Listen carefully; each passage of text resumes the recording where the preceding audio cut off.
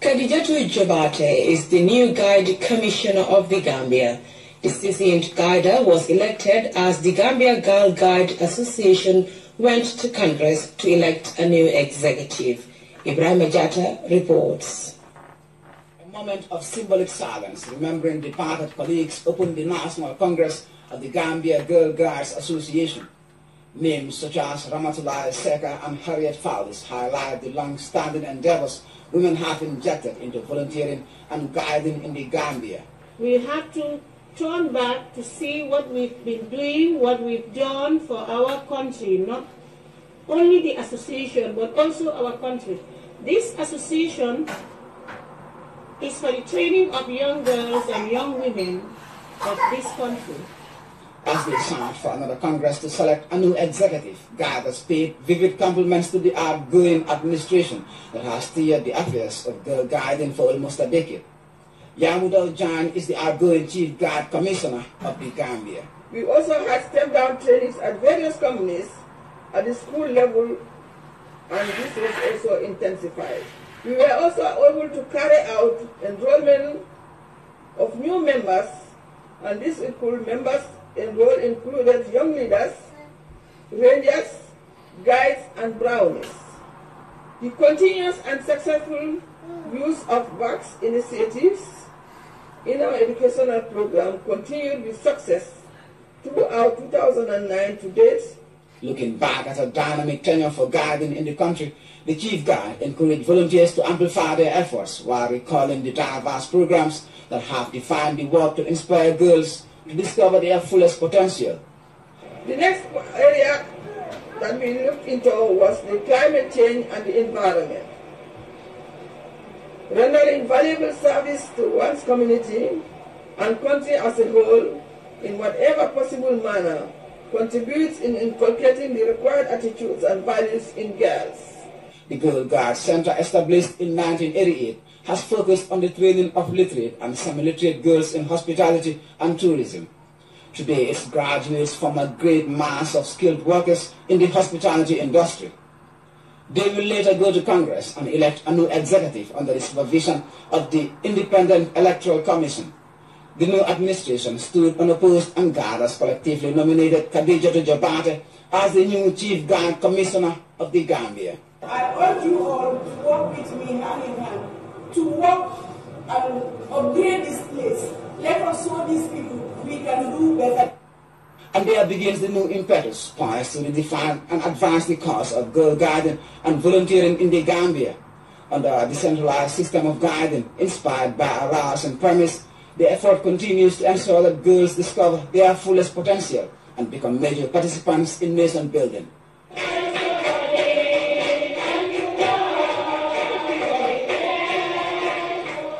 Ibrahim Ajata, GRTS.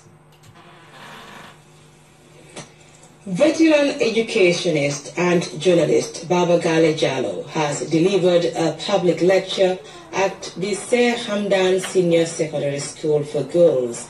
SSO was there and he reports. Professor Baba Gale Jallo is a journalist cum educationist who was forced to flee the country following a number of arbitrary arrests and detention by agents of the National Intelligence Agency for his prolific writings and publications against the regime of ex-President Yahya Jammeh. He returned to the Gambia last month, having spent the past 17 years in exile in the United States, where he pursued a career in academics. The students of Sir Hamdan Senior Secondary School for Girls had the opportunity to tap into the knowledge of a man who has since his arrival started giving lectures at the University of the Gambia. Yeah, essentially what I told the students is that education is not just about academic qualifications, that you could get an academic qualification in history, in chemistry, you could become a medical doctor or a lawyer or whatever. That is one aspect of education that's very important because it provides you with the qualification that you need to work, to be hired for a job. At the same time, I tend to believe that education is not complete if the spirit of the person is not educated. Like, you need to educate yourself to become a better human being. School authorities said the lecture is meant to motivate and inspire the students to work harder. The principal of the school, Keba El Jan, described Professor Jallo as a highly educated and disciplined professional. I said to him, Baba Gale, it's high time for you to come to the Gambia. This is a new Gambia. You people are supposed to come and participate fully in socio-economic development of this country.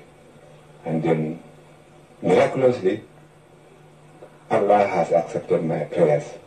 And then, of course, I extended my invitation to him to come and talk to my school girls. And then, I'm really very happy because Allah has accepted my prayers.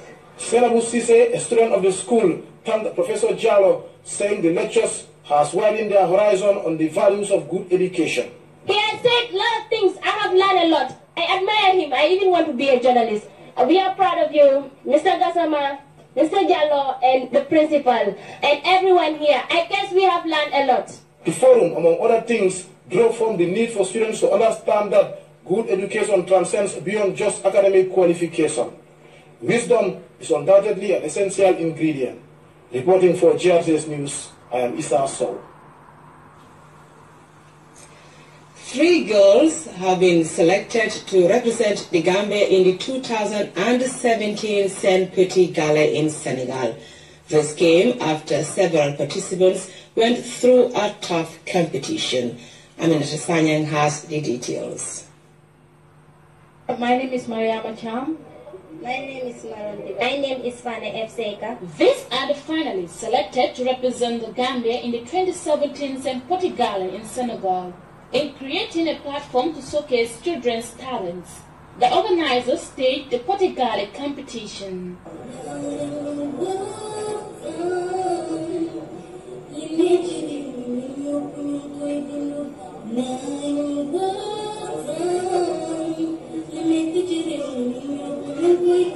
Several children participated, and the best 3 were later selected by the judges. It was a tough competition. Many children spared no effort to make sure they showcase their talent in music.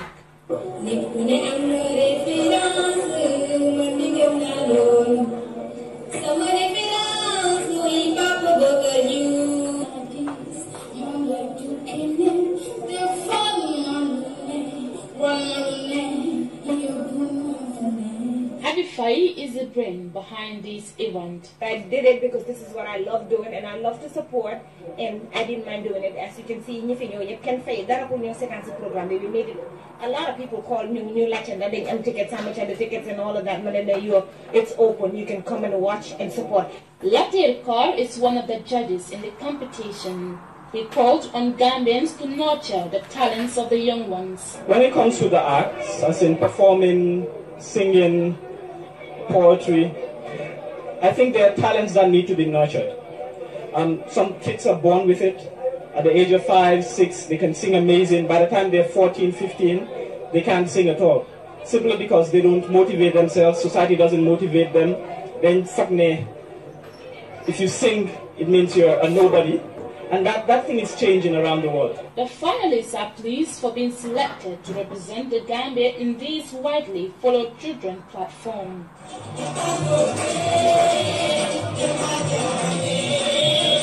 Reporting for GRTS News, I am Aminata Sanyang. We will take our break now. Up next is sports.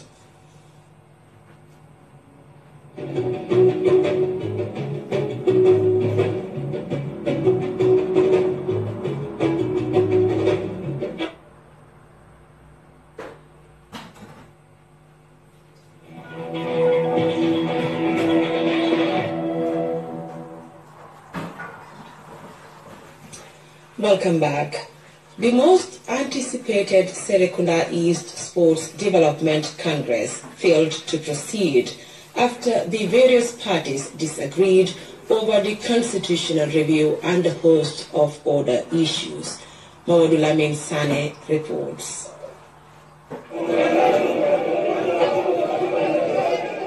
It all started here at the entrance where some Congress delegates had a bitter argument over team representation at the proposed Congress. And it took several minutes before they entered the hall to face the committee of Serekunda East Sports for the election of a new executive. But with the two sides failing to agree on terms, the Congress could not proceed. A petition has been sent to the KM Sports Committee by, stakeholders, for their grievances to be settled by the KMC. It took so long that they were unable to do it, as a chapter of the National Sports Council. We deem it fit that this thing should not be lingering whilst, we sit and look. We decided to take over the matter. We are not going to see our young, athletes suffer. Very soon, very, very soon, we will take decisions, and football and other sports will continue in Serekunda East. The main point of this agreement centered on the constitutional review and adoption by the club representatives. All what they have been querying for the past 1.5 years, we have been vindicated by an audited report by an external auditor. And National Sports Council also took the onus by investigating the issue. They came up with the same conclusion that they have found one thing. So the changes we are yearning for, that is what we wanted. So this is what we have been calling for ever since. The solution, due suspension, and if possible, let them be banished from sports because they are not contributing anything to Serekunda sports development. I have never seen a constitution review during Congress here or on the day of Congress. That has never happened. So as far as the Congress is concerned, we should go by the dictates of the Serekunda constitution. And after a lengthy break, organizers and observers finally called off the Congress. We have our own setback as an executive for the past 4 years, or for the past 2 tenures we're serving the executive. But then I would strongly say this was the right moment for change to happen, and this was the right time for an executive body to make all the decision makers of Serekunda to come together maturely and elect a new president and a new Congress for themselves. But as you've seen, there was so much commotion inside since the beginning, and unfortunately, however, we could not hold a Congress as to reasons pending on so many things, but we could not hold a Congress, which is very sad and disappointing from our end. The regional sporting body of Carnival Municipality later announced dissolution of the outgoing committee. The Game Sports Committee has taken the decision to dissolve the Executive Committee of Serekunda East, and within 7 days, we're going to organize the Congress and elect a new committee. In the event the Congress fails to elect a new committee, we will constitute an internal committee that will manage the affairs of Serekunda West. But the details of sport is our interest. Serekunda is home to one of the biggest sporting zones in the country, but the area has been battling numerous problems with its sporting administration and infrastructure. They are still struggling to put up an executive body to steer the affairs of the region's sports development. Modamin Sane, GRTS Sports. And in international sports, the Under-19 Cricket World Cup is scheduled to take place in January next year in New Zealand. Participating teams have already started preparations for the tournament. The West Indies are currently touring South Africa and taking on their counterparts in a 5-match Youth Day International Series. Julie Shire visited both camps and filed in this report. With only a few months left until the start of the Under-19 World Cup in New Zealand, South Africa and the West Indies national teams are playing against each other in a 5-match Youth ODI series here in South Africa. You always need to measure yourself against the best. The West Indies side are one of the few sides in the world that play as a team throughout the year. So they play in the local domestic first List A and first class competition in the Caribbean against senior pros and have done reasonably well. So to measure yourself against the best in the world, that's the only way you know where you are. West Indies coach Graham West feels there are challenges preparing his squad for the upcoming World Cup. The challenge with under-19 cricket is that the players turn over every 2 years, so this is very much a new group. So it's about building combinations. We don't get a lot of time with the players, so building a team, building a batting order, a bowling unit, and I think the most important thing for us is just time with the players, and hopefully we continue to improve as we move along.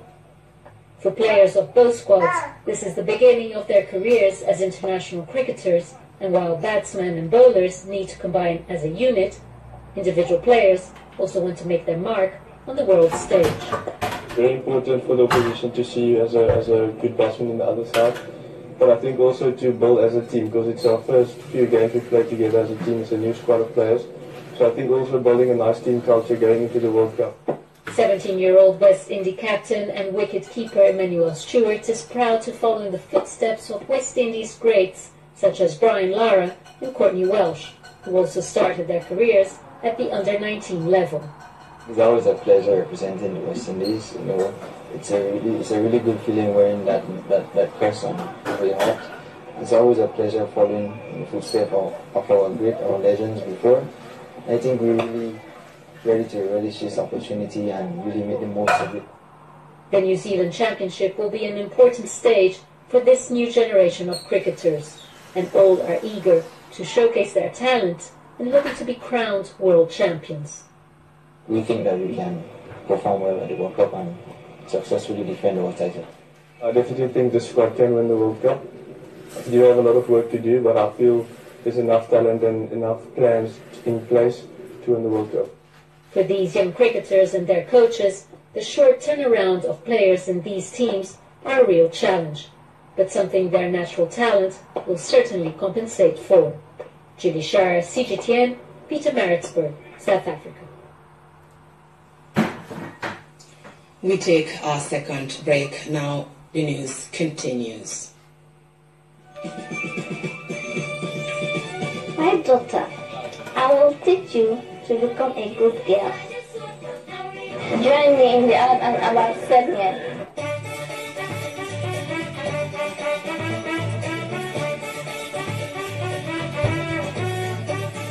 Children need a platform where their talents can be nurtured. Kids Corner. GRTS brings for you Kids Corner.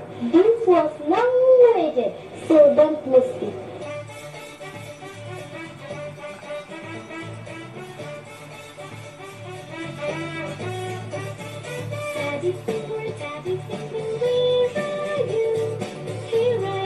Your #1 Kids program on GRTS with me, Aminata Sayari.